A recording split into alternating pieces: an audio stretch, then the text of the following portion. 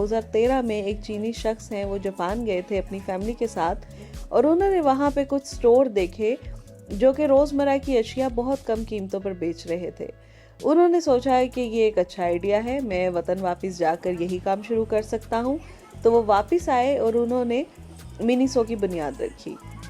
अस्सलाम वालेकुम, चीन नामा की नई किस के साथ मैं हूँ तहरीम अजीम। मैं जब पहली बार चीन आई तो मैंने यहाँ पर एक चेन स्टोर देखी जिसका नाम था मिनीसो। पाकिस्तान के कई बड़े शहरों में इसके स्टोर मौजूद हैं। चीन में इसे एक अफोर्डेबल शॉप समझा जाता है जहाँ पे रोज़मर्रा इस्तेमाल की चीज़ें बहुत अच्छी क्वालिटी में मिल जाती हैं।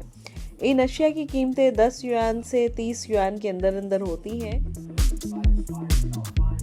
मिनीसो कहता है कि वो जापानीज इंस्पायर्ड डेली लाइफस्टाइल की चीज़ें बहुत कम कीमत पर बेचता है और ये उसका दावा किसी हद तक दुरुस्त भी है।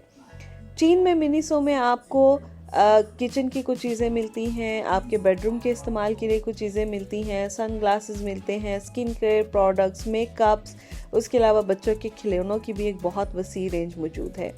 मैं जब इस वीडियो को बनाने के लिए मिनीसो गई तो वहाँ पर मिनियन की सीरीज़ मौजूद थी। मैंने उसकी कुछ चीज़ें देखी तो मैंने फिर अपने भांजे के लिए बहुत सी चीज़ें ली जो मैं उसे भेज चुकी हूँ और वो उन्हें इस्तेमाल करके बहुत खुश है। तो चीन नामा की अगली किस्त में हम क्या देखेंगे ये आपको पता लगेगा अगले हफ्ते। तब तक देखते रहिए हमारा चैनल।